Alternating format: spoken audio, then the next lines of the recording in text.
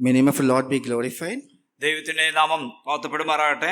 The message that I think God has for us today is a Christmas message. It is very much in tune with the birth of Christ. ഇന്ന് ഒരു Christmas സന്ദേശവുമായിട്ട് ബന്ധപ്പെട്ട് അക്കാര്യത്തെക്കുറിച്ച് സന്ദേശം നൽകുവാനാണ് ഞാൻ ആഗ്രഹിക്കുന്നത്. But it is not a very, it's not a message that you normally hear, or it's a familiar passage, but we don't normally share this part of Christmas to people during Christmas time. നമ്മൾ ഒരുപക്ഷെ Christmas കാലത്തില് ഈ Christmas സുവിശേഷം അറിയിക്കുവാനായിട്ട് നമ്മൾ കഴിഞ്ഞിട്ടുണ്ടാകില്ല. എന്നാൽ ഇന്ന് ഞാൻ എടുക്കാൻ പോകുന്നതായിരിക്കുന്ന ഈ വിഷയം അത് നമുക്കറിയാവുന്ന വിഷയമാണ്, അറിയാവുന്ന പാസേജാണ്, ഭാഗമാണ്. എങ്കിലും അതിൽ നിന്നുള്ള ഒരു സന്ദേശമാണ് നൽകുന്നത്. You'll know it when we read it. It's Matthew chapter 2 verses 13 through 23. Matthew chapter 2 verses 13 through 23. Mathai എഴുതിയ സുവിശേഷം 2-ാം അധ്യായത്തിന്റെ ചില ഭാഗങ്ങളാണ് വായിക്കുന്നത്. 13 through 23. അവർ പോയ ശേഷം കർത്താവിന്റെ ദൂതൻ യോസേഫിന് സ്വപ്നത്തിൽ പ്രത്യക്ഷനായി. നീ എഴുന്നേറ്റ് ശിശുവിനെയും അമ്മയെയും കൂട്ടിക്കൊണ്ട് മിസ്രയീമിലേക്ക് ഓടിപ്പോയി, ഞാൻ നിന്നോട് പറയും വരെ അവിടെ പാർക്കുക. ഹെരോദാവ് ശിശുവിനെ നശിപ്പിക്കേണ്ടതിനോ അവനെ അന്വേഷിപ്പാൻ ഭാവിക്കുന്നു എന്ന് പറഞ്ഞു. അവൻ എഴുന്നേറ്റ് ശിശുവിനെയും അമ്മയെയും രാത്രിയിൽ തന്നെ കൂട്ടിക്കൊണ്ട് പുറപ്പെട്ട് മിസ്രയീമിലേക്ക് പോയി. ഹെരോദാവിന്റെ മരണത്തോളം അവൻ അവിടെ പാർത്തു. മിസ്രയീമിൽ നിന്നു ഞാൻ എൻ്റെ മകനെ വിളിച്ചു വരുത്തി എന്ന് കർത്താവ് പ്രവാചകൻ മുഖാന്തരം അരുളി ചെയ്തത് നിവൃത്തിയാകുവാൻ സംഗതി വന്നു. വിദ്വാൻമാർ തന്നെ കളിയാക്കിയെന്ന് ഹെരോദാവ് കണ്ടു വളരെ കോപിച്ചു. വിദ്വാൻമാരോട് ചോദിച്ചറിഞ്ഞ കാലത്തിന് ഒത്തവണ്ണം 2 വയസ്സും താഴെയുമുള്ള ആൺകുട്ടികളെയൊക്കെയും ബേത്ലഹേമിലും അതിൻ്റെ എല്ലാ അതിരുകളിലും ആളയച്ചു കൊല്ലിച്ചു. റാമയിലൊരു ശബ്ദം കേട്ടു, കരച്ചിലും വലിയ നിലവിളിയും തന്നെ. റാഹേൽ മക്കളെ ചൊല്ലി കരഞ്ഞു. അവർ ഇല്ലായികയാൽ ആശ്വാസം കൈക്കൊള്ളുവാൻ മനസ്സില്ലാതിരുന്നു എന്ന് യിരെമ്യാ പ്രവാചകൻ മുഖാന്തരം അരുളി ചെയ്തതു അന്ന് നിവൃത്തിയായി. എന്നാൽ ഹെരോദാവ് കഴിഞ്ഞു പോയ ശേഷം കർത്താവിന്റെ ദൂതൻ മിസ്രയീമിൽ വെച്ച് യോസേഫിന് സ്വപ്നത്തിൽ പ്രത്യക്ഷനായി. ശിശുവിന് പ്രാണഹാനി വരുത്തുവാൻ നോക്കിയവർ മരിച്ചു പോയതുകൊണ്ട് നീ എഴുന്നേറ്റ് ശിശുവിനെയും അമ്മയെയും കൂട്ടിക്കൊണ്ട് ഇസ്രായേൽ ദേശത്തേക്ക് പോക എന്ന് പറഞ്ഞു. അവൻ എഴുന്നേറ്റ് ശിശുവിനെയും അമ്മയെയും കൂട്ടിക്കൊണ്ട് ഇസ്രായേൽ ദേശത്ത് വന്നു. എന്നാൽ യഹൂദയിൽ അർക്കെലയാസ് തന്റെ അപ്പനായ ഹെരോദാവിന് പകരം വാഴുന്നു എന്ന് കേട്ടതുകൊണ്ട് അവിടെ പോകുവാൻ ഭയപ്പെട്ടു. സ്വപ്നത്തിൽ അരുളപ്പാടുണ്ടായിട്ട് ഗലീല പ്രദേശങ്ങളിലേക്ക് മാറിപ്പോയി. അവൻ നസറായൻ എന്ന് വിളിക്കപ്പെടും എന്ന് പ്രവാചകന്മാർ മുഖാന്തരം അരുളി ചെയ്തതു നിവൃത്തിയാവാൻ തക്കവണ്ണം നസറേത്ത് എന്ന ഗ്രാമത്തിൽ ചെന്ന് പാർത്തു. Yes, when we normally talk about Christmas, or when we hear the Christmas message, all we hear are normally positive emotions. നമ്മൾ ഒരുപക്ഷെ ക്രിസ്മസ് സന്ദേശങ്ങൾ കേൾക്കുകയോ ക്രിസ്മസിനെ കുറിച്ച് ചിന്തിക്കുകയോ ചെയ്യുമ്പോഴൊക്കെയും വളരെ ഉത്തേജകമായിരിക്കുന്ന നമ്മളെ ഉന്മേഷം കൊണ്ടുവരുന്നതായിരിക്കുന്ന സംഗതികളാണ് നമ്മൾ ശ്രദ്ധിച്ചിട്ടുള്ളതും കേട്ടിട്ടുള്ളതും. We hear about light, we hear about babies, we hear about decorations, we hear about Christmas tree, joy, excitement, plum cake, all those things, that's what we hear. സന്തോഷം, ഉന്മാദം, അല്ലെങ്കിൽ പ്ലം കേക്ക്, ഇങ്ങനെയുള്ള ആഹാര വസ്തുക്കള്, നക്ഷത്രങ്ങള്, ഇങ്ങനെ വിളക്കുകള്, ഇങ്ങനെയുള്ള കാര്യങ്ങളൊക്കെയാണ് ഒരുപക്ഷെ ക്രിസ്മസ് എന്നുള്ളത് നമ്മുടെ ചിന്തയിലേക്ക് കൊണ്ടുവരുന്നത്. But the passage we read is nothing. There's no light, no excitement, no joy. It is actually they are fleeing, their babies are being slaughtering. There's a lot of brutality, and this happened during the birth of Christ. എന്നാൽ കർത്താവായിരിക്കുന്ന യേശു ക്രിസ്തുവിന്റെ ജനനസമയത്ത് നടന്നത് ഇതിൽ നിന്നെല്ലാം വിഭിന്നമായിരിക്കുന്ന ഒരു കാര്യമാണ്. അവിടെ ഒരു സ്ഥലത്തു നിന്ന് വേറൊരു സ്ഥലത്തേക്ക് ഓടിപ്പോവുകയും ഭയത്തിൽ ജീവിക്കുന്ന ഒരു സിറ്റുവേഷൻ അല്ലെങ്കിൽ ഒരു സാഹചര്യമാണ് നമുക്ക് അവിടെ കാണുവാനായിട്ട് കഴിയുന്നത്. The main thing here is this is King Herod's violent attitude towards the Christ being born. കർത്താവായിരിക്കുന്ന യേശുക്രിസ്തുവിനെ കുഞ്ഞായി ജനിക്കുമ്പോൾ അവന് നേരെ ഉണ്ടായ ഹെരോദാവിന്റെ ഏറ്റവും വലിയ വിരോധമാണ് അവിടെ നമുക്ക് വിഷയമായിട്ടിരിക്കുന്നത്. Herod was he was so cruel that Jesus' family actually they not just moved places, they literally moved continents from Asia to Africa. ഏഷ്യയിൽ നിന്ന് ആഫ്രിക്കയിലേക്ക് വരെ യാത്ര ചെയ്യുവാൻ യോസെഫിനും മറിയയും നിർബന്ധിതരായത് ഈ ഹെരോദാവിന്റെ ഈ കുഞ്ഞിനോടുള്ള വിരോധം നിമിത്തവും അവന്റെ ക്രൂരത നിമിത്തവുമാണ്. They were refugees. അവരിങ്ങനെ അഭയാർത്ഥികളായിട്ട് പോവുകയാണ്. That was because, and the next is we hear that Herod discovers that the child, those wise men did not come back and tell him where the child is. So he goes and kills all the children. ആ വിദ്വാൻമാര് തിരിച്ചു വന്നിട്ട് എവിടെയാണ് കുഞ്ഞ് ജനിച്ചതെന്ന് അറിയിക്കാഞ്ഞത് കൊണ്ട് ഹെരോദാവ് അവിടെയുള്ള എല്ലാ കുഞ്ഞുങ്ങളെയും കൊല്ലുവാൻ തക്കവണ്ണം തീരുമാനമെടുത്തിരിക്കുകയാണ്. Do you know how many children died during this time? എത്ര കുഞ്ഞുങ്ങളായിരിക്കും അവിടെ മരിച്ചിരിക്കുന്നത് നമ്മൾ ഒരുപക്ഷെ നമുക്ക് ആലോചിക്കുവാൻ കഴിയുമോ? We don't have a record in the Bible. അതിന് ഒരു പ്രത്യേകമായിരിക്കുന്ന രേഖകളും നമുക്ക് ബൈബിളിൽ കാണുവാൻ കഴിയുകയില്ല. But considering the population of Bethlehem at that time, there could be not less than minimum 30 babies would have been killed. 30. അന്നുണ്ടായിരുന്ന ജനസംഖ്യയുടെയൊക്കെ അടിസ്ഥാനത്തിലുള്ള കണക്ക് കൂട്ടി നോക്കുമ്പോൾ ഏകദേശം 30 കുഞ്ഞുങ്ങൾ അവിടെ കൊല്ലപ്പെട്ടിരിക്കാൻ സാധ്യതയുണ്ട്. Just keep in mind, 30 babies are killed just because one baby was born. ഒരു കുഞ്ഞു ജനിച്ച നിമിത്തമായിട്ട് 30 കുഞ്ഞുങ്ങളെയാണ് അവിടെ കൊല്ലപ്പെടുവാൻ തക്കവണ്ണം കാരണമായി തീർന്നത്. This is a very dark passage in the Bible. വേദപുസ്തകത്തിലെ ഒരു ഇരുണ്ട ഭാഗം എന്ന് നമുക്ക് ഇതിനെ പറയുവാനായിട്ട് കഴിയും. But yet this passage is written not just to make it sound dark, but because Matthew is trying to convey something through this passage. ഇതിനെ ഒരു ഇരുണ്ടതാക്കി മാറ്റുവാൻ വേണ്ടിയിട്ടല്ല, പക്ഷേ ഒരുപക്ഷെ ചില കാര്യങ്ങൾ മനസ്സിലാക്കുവാൻ വേണ്ടിയിട്ടാണ് മത്തായി ഈ ഭാഗത്തെ ഇങ്ങനെ എഴുതിയിരിക്കുന്നത്. And I will tell you 4 lessons that I learned from this passage, from what we just read. ഞാൻ ഈ ഭാഗത്ത് നിന്ന് പഠിച്ച കാര്യങ്ങളാണ് നിങ്ങളോട് പറയുവാനായിട്ട് ആഗ്രഹിക്കുന്നത്. The first thing is Christianity or Christmas, the coming of Jesus Christ into our hearts is a fight. നമ്മുടെ ഉള്ളിലേക്ക് ക്രിസ്മസ് അല്ലെങ്കിൽ ക്രിസ്തു കടന്നു വരുന്നത് ഈ ഒരു യുദ്ധത്തിന്റെ അല്ലെങ്കിൽ ഒരു പ്രയാസത്തിന്റെ ഘട്ടത്തിലാണ്. It is war. It's actually a war that happens in our heart. നമ്മുടെ ഹൃദയത്തിൽ ഉണ്ടാകുന്ന ഒരു പ്രതിസന്ധിയാണ്, പ്രശ്നമാണത്. See, Jesus so the coming of Christ, Jesus Christ coming to this earth, not only solves a lot of problems, but it also creates so many problems. കർത്താവ് നമ്മുടെ ഉള്ളിൽ വരുന്നത് കൊണ്ട് നമുക്ക് സന്തോഷവും സമാധാനവും ലഭിക്കുമെന്നുള്ളത് നമ്മൾ ഒരു പക്ഷേ ശരിയാണ്. എങ്കിലും അതോടുകൂടെ പല പ്രശ്നങ്ങളും പല പ്രതിസന്ധികളും ഒക്കെയും ഉള്ളിലേക്ക് കടന്നു വരും. Another similar passage, if we can go to it, Luke chapter 2 verse 25. ഇതിനോട് സമാനമുള്ള ഒരു ഭാഗം നമുക്ക് നോക്കാം. ലൂക്കോസിന്റെ സുവിശേഷത്തില് chapter 2 verse 25. 2-ാം അധ്യായം 25-ാം വാക്യം. And here we see about an old man called Simeon, who ഒരു ശിമയോൻ എന്നുള്ള ഒരു പ്രായം ചെന്ന ഒരു മനുഷ്യനെ നമുക്ക് അവിടെ കാണാൻ കഴിയുന്നുണ്ട്. And when he sees, you're familiar with it, it's actually I'm going to read verse 34 and 35, but I just want to give you a little bit background. Simeon, when he sees the baby or the child Jesus Christ, he takes the child and he praises God. 2-ാം അധ്യായം ലൂക്കോസ് 2-ാം അധ്യായം 34-35 വാക്യങ്ങൾ വായിക്കുമ്പോൾ അവിടെ ശിമയോൻ ആ കുഞ്ഞിനെ എടുത്ത് ദൈവത്തെ മഹത്വപ്പെടുത്തുന്നത് കാണാനായിട്ട് കഴിയും. But after praising God, verse 34 and 35, it says that he says something to Jesus' mother Mary.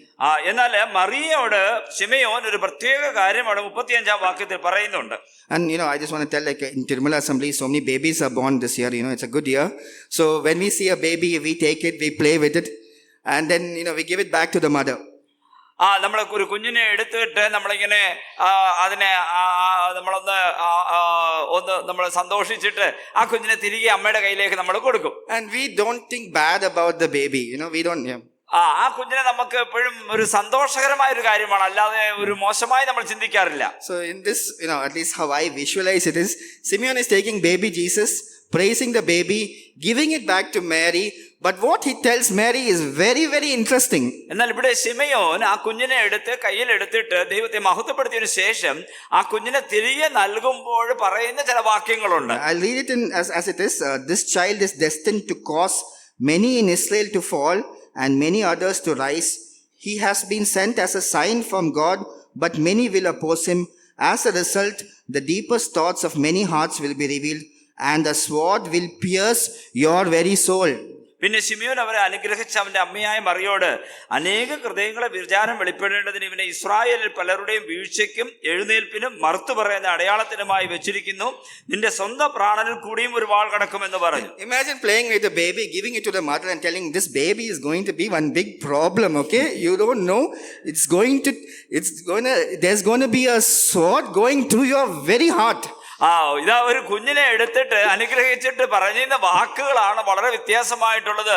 ഈ കുഞ്ഞ് നിനക്കൊരു പ്രശ്നമായിരിക്കും, നിന്റെ ജീവിതത്തിൽ കൂടിയും ഒരു വാൾ കടക്കും എന്ന് പറയുവാൻ തക്കവണ്ണം ഇടയായി തീർന്നു. Yeah, so this is very interesting, and that is because Jesus Christ, when he came to this world, he turned things upside down. ഇത് വളരെ വ്യത്യാസമായ ഒരു കാര്യമായിട്ട് നമുക്ക് തോന്നാം. കർത്താവായിരിക്കുന്ന യേശുക്രിസ്തു ഭൂമിയിൽ വന്നത് കാര്യങ്ങൾക്കൊക്കെ ഒരു മാറ്റം വരുത്തുവാൻ വേണ്ടിയിട്ടാണ്. He brings new peace, but he also brings new war. സമാധാനം കൊണ്ടുവരുന്നതിനോടൊപ്പം അവൻ ചില പ്രശ്നങ്ങളും ഇവിടെ ഈ ഭൂമിയിലേക്ക് കൊണ്ടുവന്നു. Before I was a believer, I didn't really care about. I'm from a brethren family, so to speak. So I didn't care about anybody in my assembly. I was going for meeting. I didn't really care about anyone in my assembly. ഞാൻ ഒരു brethren കുടുംബത്തിൽ ജനിച്ചു വളർന്നതുകൊണ്ടും സഭയോട് ബന്ധത്തിലായിരുന്നതുകൊണ്ടും അവിടെ ഞാനിങ്ങനെ പല കാര്യങ്ങളെക്കുറിച്ചും അതിനെക്കുറിച്ച് ചിന്തിക്കുന്ന ഒരാളല്ല. വരും, ആരാധിക്കും, കടന്നു പോകും എന്നുള്ള നിലയിലാണ് ഞാൻ ഇരുന്നത്. That was because I was an unbeliever. അത് ഒരു അവിശ്വാസിയായിട്ടിരിക്കുമ്പോൾ And I was actually living a peaceful life as an unbeliever. ഒരു അവിശ്വാസി രക്ഷിക്കപ്പെടുന്നതിന് മുമ്പ് എനിക്ക് സമാധാനത്തോടെ തന്നെയാണ് ഞാൻ ജീവിച്ചിരുന്നത്. But then someone came and made me realize that I am a sinner, I am a guilty person, and I require Christ. ആരെങ്കിലും വന്നിട്ട് ഇങ്ങനെ നമ്മൾ പാപികളാണ്, കർത്താവിനെ നമ്മൾ ആവശ്യമാണ്, അവനെ സ്വീകരിക്കണമെന്ന് പറയുന്നു. And that burden of guilt, that guilty feeling went, and I had that peace in my heart. ഒരു സമാധാനത്തിന്റെ കുറ്റബോധത്തിന്റെ അവസ്ഥയിലും എന്റെ ജീവിതത്തിൽ സമാധാനം ഉണ്ടായിരുന്നു. But along with that peace, a couple of burdens also came into my heart. എന്നാൽ ആ സമാധാനത്തോടൊപ്പം ചില ഭാരങ്ങളും എന്റെ ഉള്ളിലേക്ക് കടന്നു വന്നു. Now when I see my fellow brothers, it's not that I don't care about them. ഇപ്പോൾ ഞാൻ എന്റെ കൂടെയുള്ള സഹവിശ്വാസികളെ കാണുമ്പം കരുതാതെ ഇരിക്കുകയില്ല. I am very concerned about them. അവരെ കുറിച്ച് എനിക്ക് ചിന്തയുള്ളവരായി ഞാൻ മാറി. I have a burden for them. അവർക്ക് വേണ്ടി അവരെ കുറിച്ചുള്ള ഒരു ഭാരം എനിക്കുണ്ട്. I make myself vulnerable to them. അവരുടെ മുമ്പിൽ ഞാൻ തുറന്നു കാട്ടപ്പെട്ടവനായിട്ട് മാറുകയാണ്. So there is a new peace, but there is also a new war. അവിടെ എനിക്കൊരു പുതിയ ഒരു സമാധാനവും ലഭിച്ചു, പുതിയൊരു ജീവിതവും ലഭിക്കുകയാണ്. Another thing is we get a new identity when you accept Christ into your heart. കർത്താവിനെ നമ്മൾ സ്വന്തം രക്ഷിതാവായി സ്വീകരിക്കുമ്പോൾ എനിക്കൊരു പുതിയ വ്യക്തിത്വം ലഭിക്കുകയാണ്. Earlier I was walking around thinking this world is nothing, I am nothing, whether I am sitting here or whether I go and kill 100 people, my life is different, I am just a speck in the universe, nothing matters kind of view of life. എന്റെ ജീവിതത്തെ കുറിച്ചുള്ള കാഴ്ചപ്പാടുകളൊക്കെ രക്ഷിക്കപ്പെടുന്നതിന് മുമ്പ് വ്യത്യസ്തമായിരുന്നു. എനിക്ക് ഒന്നിനെ കുറിച്ചും ചിന്തയില്ല. ആര് വന്നാലും ശരി, ആര് പോയാലും ശരി, ഞാൻ ഇരുന്നാലും ശരി, ഇല്ലെങ്കിലും ശരി, ഇങ്ങനെയുള്ള ചിന്തകളായിരുന്നു എനിക്കുണ്ടായിരുന്നത്. But now I have an identity, and that identity is in Christ. എന്നാൽ ഇന്ന് എനിക്ക് ഒരു വ്യക്തിത്വമുണ്ട്, അത് ക്രിസ്തുവിലുള്ള വ്യക്തിത്വമാണ്. I just want to ask you, what do you think is the reason for this war? ഈ സമാധാനമില്ലായ്മയ്ക്ക് അല്ലെങ്കിൽ യുദ്ധത്തിന് നമ്മുടെ ഉള്ളില് ഉള്ള സംഘർഷത്തിന് കാരണം എന്താണ്? So first we saw that Christmas is war, or Christmas is a fight. Christmas എന്ന് പറയുന്നത് ഉള്ളിൽ നടക്കുന്ന ഒരു സംഘർഷമാണ് നമ്മൾ കണ്ടു. And what is the reason for it? അതിനുള്ള കാരണം എന്താണ്? Reason for it is Matthew chapter 2 first verse. Mathai സുവിശേഷം 2-ാം അധ്യായത്തിന്റെ 1-ാം വാക്യം നോക്കുമ്പോൾ അവിടെ കാരണം കണ്ടെത്താൻ കഴിയും. First and second verse. Matthew chapter 2 first and second verse. Mathai സുവിശേഷം 2-ാം അധ്യായം 1-2 വാക്യങ്ങൾ. ഹെരോദ രാജാവിന്റെ കാലത്ത് യേശു യഹൂദിയയിലെ ബേത്ലഹേമിൽ ജനിച്ച ശേഷം കിഴക്കുനിന്ന് വിദ്വാൻമാർ യെരൂശലേമിലെത്തി. യഹൂദന്മാരുടെ രാജാവായി പിറന്ന.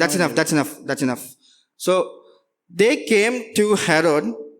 The wise men came to Herod. ഹെരോദിലേക്ക് ഇവിടെ ഇതാ ഈ വിദ്വാൻമാർ എത്തിച്ചേരുകയാണ്. They did not ask, where is the Savior? എവിടെയാണ് ഈ രക്ഷകനെന്ന് അവൻ ചോദിക്കുകയല്ല. They didn't ask, where is God? അവിടെ എവിടെയാണ് ദൈവം എന്ന് ചോദിക്കുകയല്ല. They asked, where is the king? അവിടെ ചോദിക്കുന്നത് രാജാവ് എവിടെയെന്നാണ്. That's a very difficult question. അതൊരു വലിയ ബുദ്ധിമുട്ടുള്ള, ഉത്തരം നൽകാൻ ബുദ്ധിമുട്ടുള്ള ഒരു ചോദ്യമാണ്. That's a wrong question to ask another king. ഒരു രാജാവിനോട് ചോദിക്കാവുന്ന ഏറ്റവും തെറ്റായ ഒരു ചോദ്യമാണ്. On his face they asked, where is the king? അവർ ആരെയാണ് അന്വേഷിക്കുന്നത് അവർ പറയുകയാണ്. On their face. Okay, so when there is a new king in a place where there is already a king, that is good reason for a good war. ഒരു രാജാവിന്റെ മുഖത്ത് നോക്കി രാജാവ് നിലനിൽക്കുമ്പോൾ ആ രാജാവിനോട് ഇനി ഒരു രാജാവ് പിറന്നത് എവിടെയെന്ന് ചോദിക്കുമ്പോൾ ഒരു സംഘർഷത്തിനുള്ള ഒരു കാരണം തന്നെയാണ്. So the reason for this fight in our heart is not because Jesus wants to be our savior, which he is, Not because Jesus just wants to be someone who he wants us to adore him, which he also is, but he wants to be the king of our heart.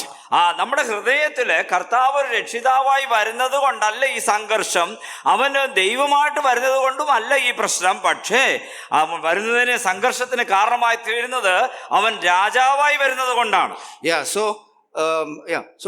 when you think about this king, it's not just that, Jesus Christ has told, cast all your burdens on me and I will give you rest. He has told that.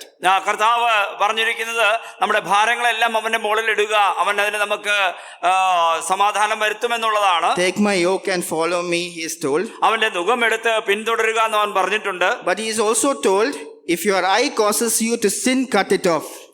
അത് മാത്രമല്ല അവൻ പറഞ്ഞത്, നമ്മുടെ കണ്ണ് ഇടർച്ച വരുത്തുന്നെങ്കിൽ അത് ചുഴ്ന്നു കളയുക എന്നും കൂടെ പറഞ്ഞിട്ടുണ്ട്. If your hand, I don't know if it is left or right, if it causes you to sin, cut it off. പാപം ചെയ്യുവാൻ നമ്മളെ കൈകൾ പ്രേരിപ്പിക്കുന്നുണ്ടെങ്കിൽ അത് ഇടതായാലും വലതായാലും അത് മുറിച്ചു കളയാനാണ് കർത്താവ് പറഞ്ഞിരിക്കുന്നത്. He is not coming just to be a savior. അവൻ രക്ഷകനായിട്ട് മാത്രമല്ല ഈ ഭൂമിയിലേക്ക് വന്നത്. He wants you to not just acknowledge him, he wants you to follow him and he wants you to consider him as the only king in your heart.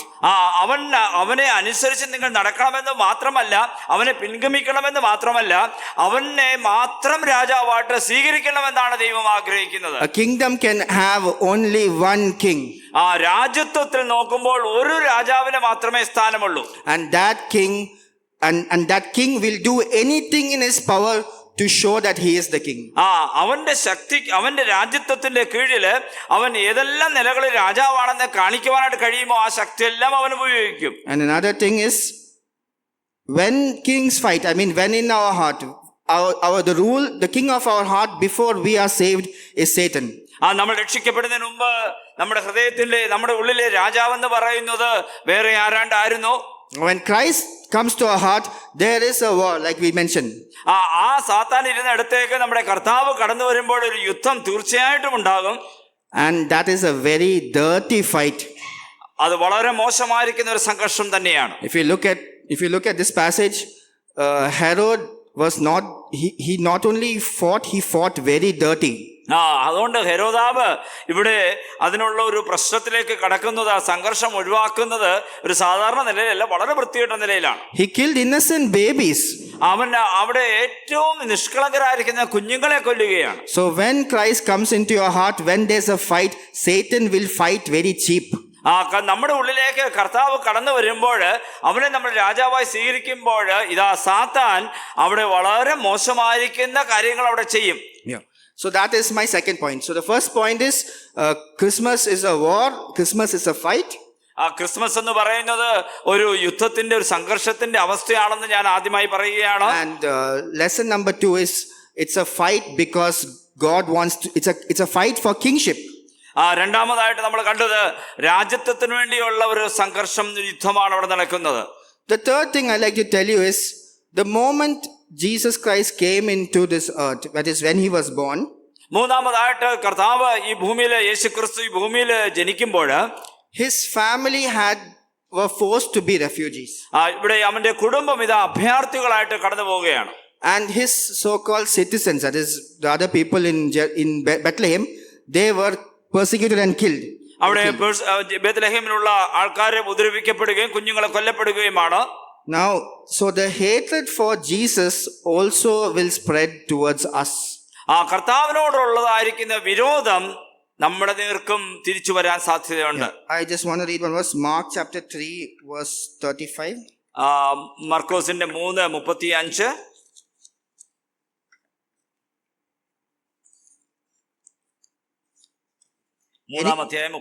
Anyone who does God's will is my brother and sister and mother. ദൈവത്തിന് ഇഷ്ടം ചെയ്യുന്നവൻ തന്നെ എന്റെ സഹോദരനും സഹോദരിയും അമ്മയും ആകുന്നു എന്ന് പറഞ്ഞു. This is basically telling that we are God's family. ഇത് ദൈവത്തിന്റെ കുടുംബമാണ് നമ്മളെന്നുള്ളത് പറയുന്ന ഒരു വാക്യമാണ്. The moment we accept Christ, we are part of God's family. കർത്താവിനെ നമ്മൾ രക്ഷിതാവായി സ്വീകരിക്കുമ്പോൾ നമ്മൾ ദൈവത്തിന്റെ കുടുംബത്തിലേക്ക് നമ്മൾ അംഗങ്ങളായി ചേരുകയാണ്. And in Philippians chapter 3 verse 20, Philippians chapter 3 verse 20. Chapter 3 verse 20. Philippi ലേഖനം 3:20. But we are citizens of heaven, where Lord Jesus Christ lives. Citizens of heaven. നമ്മൾ ഇവിടെ സ്വർഗരാജ്യത്തിലെ പ്രജകളാണ്. So we are part of the family of Christ and we are also citizens of heaven. നമ്മുടെ പൗരത്വം സ്വർഗത്തിലെ ആണ്, നമ്മുടെ ദൈവരാജ്യത്തിലെ പ്രജകളാണ്. So 100% because we belong to the family of God and because we are citizens, 100% we will be persecuted. 100% നമുക്ക് ഉപദ്രവങ്ങൾ വരുമെന്നുള്ളത് തീർച്ചയാണ്. കാരണം നമ്മൾ ദൈവത്തിന്റെ കുടുംബത്തിലെ അംഗങ്ങളാണ്, സ്വർഗരാജ്യത്തിലെ അംഗങ്ങളാണ്.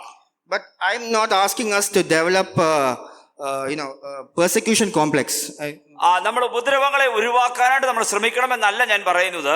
Because when you think about Christmas itself, in the birth narrative itself, ക്രിസ്മസിനെ കുറിച്ചും കർത്താവിന്റെ ജനനത്തെ കുറിച്ചുള്ള കാര്യങ്ങളെ വായിക്കുമ്പോൾ it's not just that Herod wanted to kill Jesus and his family had to be refugees.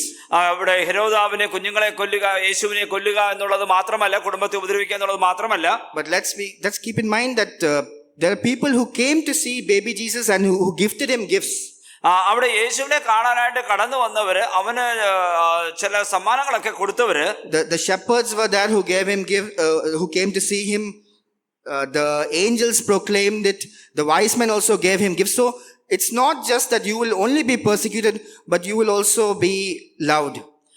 അവിടെ ഉപദ്രവം മാത്രമല്ല, അവിടെ സ്നേഹത്തിൻ്റെതായിരിക്കുന്ന ഒരു രംഗവും ഉണ്ടോ എന്നുള്ളത് കൂടെ ഞാൻ ഓർപ്പിക്കുകയാണ്. അവിടെ വിദ്വാൻമാർ അവിടെ സ്നേഹത്തോടെ കടന്നു വരുന്നു, ദൈവദൂതന്മാർ അവിടെ പാട്ടുകൾ പാടുന്നു. അങ്ങനെ സ്നേഹത്തിന്റെ ഒരു അന്തരീക്ഷം അവിടെ ഉണ്ടായിരുന്നു. Even when Jesus Christ was on this earth, കർത്താവ് ഈ ഭൂമിയിലായിരിക്കുന്ന സമയത്തും he was persecuted, he was hated. അവനെ ഉപദ്രവിക്കപ്പെടുകയും അവനെ ഇഷ്ടപ്പെടാത്തവരും വിരോധികളും ഉണ്ടായിരുന്നു. They hated him so much they killed him. അവനെ കൊല്ലുവാൻ തക്കവണ്ണമുള്ള കാര്യങ്ങൾ ഉണ്ടായിരുന്നു. But he was also very loved. അവനെ മാത്രമല്ല, അതേ സമയത്ത് അവൻ സ്നേഹിക്കപ്പെടുവാനുമുള്ള ഒരാളായിരുന്നു. There was something very attractive about him that people really wanted him. Even after he died, women went to his grave, and I really don't know what those women were expecting, because nobody is going to roll that stone for them. അവനെ ആർക്കും അറിയാത്ത സമയത്ത് പോലും സഹോദരിമാർ, സ്ത്രീകള്, അവനെ പിൻഗമിച്ചിരുന്ന സ്ത്രീകള് അവന്റെ മരണത്തിന് ശേഷം കല്ലറയിലേക്ക് പോയി. ആ സ്നേഹം അന്ന് അവിടെ ഉണ്ടായിരുന്നു എന്നുള്ളത് നമ്മൾ മനസ്സിലാക്കണം. So what I'm trying to say is there are certain people who will claim that they are persecuted for Christ. I share the gospel, I tell everybody I know about Christ, but people hate me. എന്നാൽ ചിലരൊക്കെ പറയാറുണ്ട്, ഞാൻ സുവിശേഷം പറയുന്നുണ്ട്, മറ്റുള്ളവരെ കണ്ട് കരുതാനൊക്കെ ശ്രമിക്കാറുണ്ട്, എന്നാൽ അവർക്ക് ആർക്കും എന്നോട് ഇഷ്ടമില്ല, എന്നോട് വിരോധമാണെന്ന് പറയുന്നവരുണ്ട്. I know you will be persecuted. നിങ്ങൾ ഉപദ്രവിക്കപ്പെട്ടേക്കാം, that's a guarantee. അത് തീർച്ചയായും നടക്കും. But if you are continuously persecuted, it's probably because there's something, your kailirip is not correct, നിങ്ങൾ നിരന്തരമായിട്ട് എപ്പോഴും ഉപദ്രവിക്കപ്പെടുകയാണെങ്കിൽ അതിനർത്ഥം നിങ്ങളിൽ ഏതാണ്ട് ഒരു കുഴപ്പം ഉണ്ട് എന്നുള്ളതാണ്. You're probably telling everybody about Jesus Christ without giving them a chance to answer back. നിങ്ങൾ യേശുക്രിസ്തുവിനെ കുറിച്ച് പറയുന്നുണ്ട്, പക്ഷേ അവർക്ക് തിരിച്ചൊരു ചോദ്യം ചോദിക്കാനോ മറുപടി പറയാനോ നിങ്ങൾ അവസരം കൊടുക്കുന്നില്ല. You're being insensitive and you're being rude.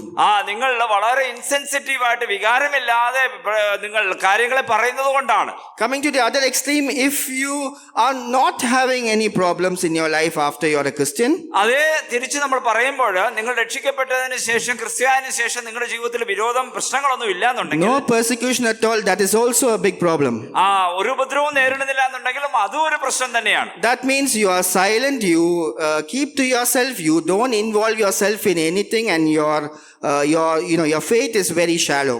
നിങ്ങളുടെ വിശ്വാസം വളരെ ചെറുതാണ്, വളരെ ലളിതമാണ്. അതുകൊണ്ടാണ് നിങ്ങൾ ആരോടും സുവിശേഷവും പറയുന്നില്ല, ഒന്നും പറയാതിരിക്കുന്നത് കൊണ്ട് നിങ്ങൾക്ക് ഉപദ്രവവും വരുന്നില്ല. So keep in mind, because you accept Jesus Christ into your heart, you will face a lot of persecution, but you will also be attractive. നിങ്ങൾ കർത്താവിനെ സ്വന്തം രക്ഷിതാവായി സ്വീകരിച്ച് നിങ്ങൾ സുവിശേഷം പ്രചരിക്കുവാൻ ശ്രമിക്കുമ്പോൾ ഒരുപക്ഷെ നിങ്ങൾ വെറുക്കപ്പെട്ടവരായിരിക്കാം, എന്നാൽ അതേസമയം നിങ്ങൾ സ്നേഹിക്കപ്പെടുന്നവരുമായിട്ട് മാറാൻ സാധ്യതയുണ്ട്. Yes. So that is my third lesson, and we come to the last final lesson. മൂന്നാമത്തെ കാര്യം ഞാൻ ഇപ്പോൾ പറഞ്ഞു. ഇനി അവസാനത്തെ ഭാഗത്തേക്ക് നമ്മൾ കടന്നു വരികയാണ്. I don't know if you noticed this if you notice verse 21, that is Matthew chapter 2. Mathai 2-ാം അധ്യായത്തിന്റെ 21-ാമത്തെ വാക്യം നമ്മൾ വീണ്ടും ശ്രദ്ധിക്കുമ്പോൾ, Joseph got up and returned to the land of Israel with Jesus and his mother. അവൻ എഴുന്നേറ്റ് ശിശുവിനെയും അമ്മയെയും കൂട്ടിക്കൊണ്ട് ഇസ്രായേൽ ദേശത്ത് വന്നു. Okay, I'll just tell you what I think the matter is here. ഇവിടെ ഒരു പ്രധാനപ്പെട്ട കാര്യം നമുക്ക് ഇവിടെ കാണാൻ കഴിയും. I have overlooked it all my life, I think. I only came to know it recently. Yeah. ഞാൻ ഒരുപക്ഷെ എന്റെ ജീവിതത്തിൽ ഇപ്പോഴാണ് ഞാൻ ഇക്കാര്യം കണ്ട് പഠിക്കുവാൻ മനസ്സിലാക്കുവാൻ ഇടയായത്. And yeah, you know, Joseph and Mary are from Nazareth. യോസെഫും മറിയയും നസ്രത്തിൽ നിന്ന് വരികയാണ് വന്നു. Yeah. Do you know about Nazareth? നസ്രത്തിനെ കുറിച്ച് നിങ്ങൾക്ക് ഒരുപക്ഷെ I അറിയാമായിരിക്കും. think the biggest testimony about Nazareth is John chapter 1 verse 46. യോഹന്നാൻ 1:46 നസ്രത്തിനെ കുറിച്ച് കാണാൻ കഴിയും. If I'm paraphrasing, can anything good come out of Nazareth? എന്തെങ്കിലും നന്മ നസ്രത്തിൽ നിന്ന് വരുമോ എന്നാണ് അവിടെ ചോദിക്കുന്നത്. You know, when you know, God often uses the most despised, the most unimportant things in the world to get his message across. ദൈവത്തിന്റെ സന്ദേശം എത്തിക്കുവാൻ വേണ്ടിയിട്ട് ദൈവം ഉപയോഗിക്കുന്നത് ഒരുപക്ഷെ ഏറ്റവും മോശമായ ഏറ്റവും ഹീനമായിരിക്കുന്ന ഒരു കാര്യമായിരിക്കാം. We think that if we need a solution for our let's say software problem, we get the best solution only from someone who has studied in IIT Delhi, then finished MBA from IIM Ahmedabad, and then has 20 years of work experience in a consultancy. ഒരുപക്ഷെ ഒരു computer പ്രോഗ്രാമിലൊക്കെ എന്തെങ്കിലും ഒരു പ്രശ്നങ്ങൾ വരുമ്പോൾ അതിനൊരു പ്രതിവിധി കണ്ടുപിടിക്കാൻ വേണ്ടിയിട്ട് നമ്മൾ സാധാരണ ഒരാളെ അല്ല കണ്ടുപിടിക്കുന്ന. IIM-ലും IIT-ലും ഒക്കെ പഠിച്ച് നല്ല ക്വാളിഫിക്കേഷനും എക്സ്പീരിയൻസ് 10-20 വർഷം എക്സ്പീരിയൻസും ഒക്കെ ഉള്ള ഒരാളെ ആയിരിക്കും നമ്മൾ സമീപിക്കുക. Let me say, you can expect the Prime Minister of India to come from big cities or big states where there's population and you won't expect the Prime Minister of India to come from Sikkim. You know, Sikkim. Sikkim എന്ന് പറയുന്ന ഒരു രാജ്യത്ത് നിന്ന് നമുക്കൊരു പ്രധാനമന്ത്രി ലഭിക്കുമെന്ന് നമുക്ക് ചിന്തിക്കാൻ കഴിയില്ല. ഒരുപക്ഷെ നല്ലൊരു സ്ഥലത്ത് രാഷ്ട്രീയമായിട്ടും മറ്റു കാര്യങ്ങളിലൊക്കെയും ഇടപെടുന്ന ഒരു സ്ഥലത്ത് നിന്നായിരിക്കും ഒരു പ്രധാനമന്ത്രി കടന്നു വരിക. And we have that worldview. We have that worldview inbuilt in our minds. ഇത് നമ്മുടെ ഉള്ളില് ശേഖരിക്കപ്പെട്ടിരിക്കുന്നതായിരിക്കുന്ന ഒരു ചിന്തയാണ്. And I think this when Joseph and Mary, when after they came back from Egypt, they came to Israel primarily to settle there. ഒരു പക്ഷേ ഇവിടെ യോസെഫും മറിയയും അവിടെ നസ്രത്തിൽ നിന്ന് കടന്നു വന്നത് ഒരു പക്ഷേ ഇസ്രായേലിൽ മിസ്രൈമിൽ നിന്ന് അവർ കടന്നു വന്നത് ഇസ്രായേലില് സ്ഥിരതാമസമാക്കുവാൻ വേണ്ടിയാണ്. And they did that probably mostly because Nazareth, it's not in proper Galilee. ഒരു നസ്രത്ത് എന്ന് പറയുന്ന ഈ ചെറിയ പട്ടണം, ചെറിയ ഗ്രാമം, ഇതൊരു നല്ല ഒരു പ്രദേശമല്ല. It's on the outskirts of Galilee.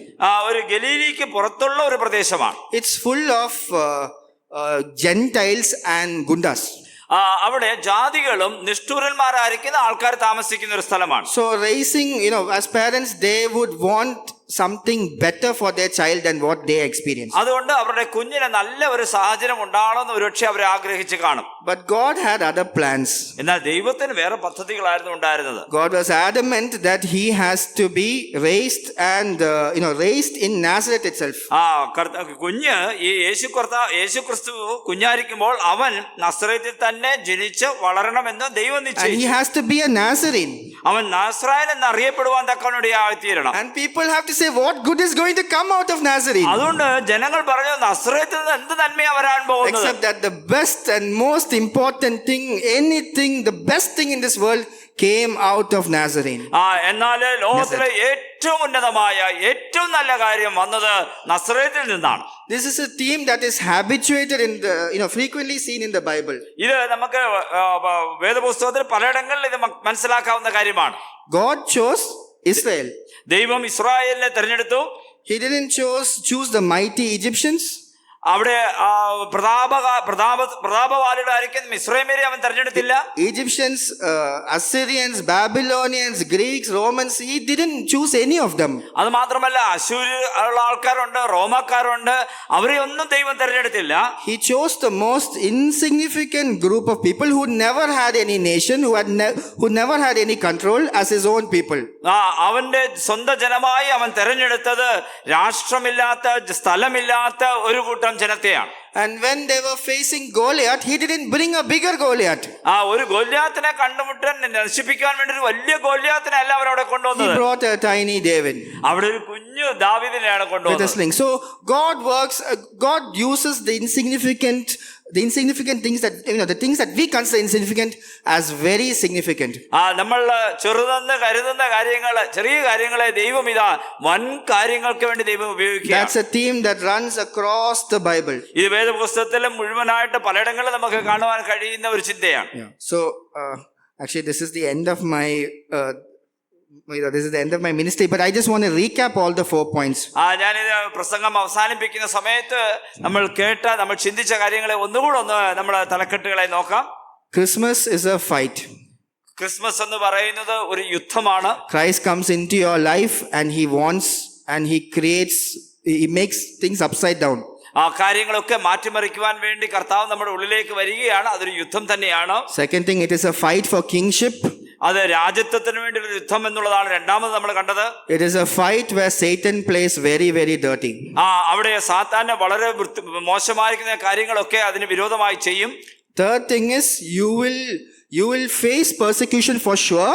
മൂന്നാമതായിട്ട് നമ്മൾ എന്തായാലും നമുക്ക് വിരോധികൾ ഉണ്ടാകാനും ഉപദ്രവങ്ങൾ ഉണ്ടാകാനും സാധ്യതയുണ്ട്. But you will also be deeply loved. എന്നാൽ അതേ സമയത്ത് നമ്മൾ സ്നേഹിക്കപ്പെടുന്നവരായിട്ടും മാറാനിടയുണ്ട്. And the last point is, don't think of yourself as too insignificant or you are in an insignificant place, insignificant education, because God only uses the insignificant for significant things. അതുകൊണ്ട് അവസാനമായിട്ട് നമ്മൾ ചിന്തിച്ചത് നമ്മൾ കഴിവില്ലാത്തവരാണ്, ചെറുതാണ്, എനിക്കൊരു ഉപയോഗവുമില്ല, എന്നെ കൊണ്ട് ഒരു ഉപയോഗവുമില്ല എന്നൊക്കെ നമ്മൾ ചിന്തിക്കാം. എന്നാൽ നോക്കുക, ദൈവം ഉപയോഗിച്ചിരിക്കുന്നതൊക്കെയും അങ്ങനെയുള്ളവരെയാണ് എന്ന് നമ്മൾ മനസ്സിലാക്കുക.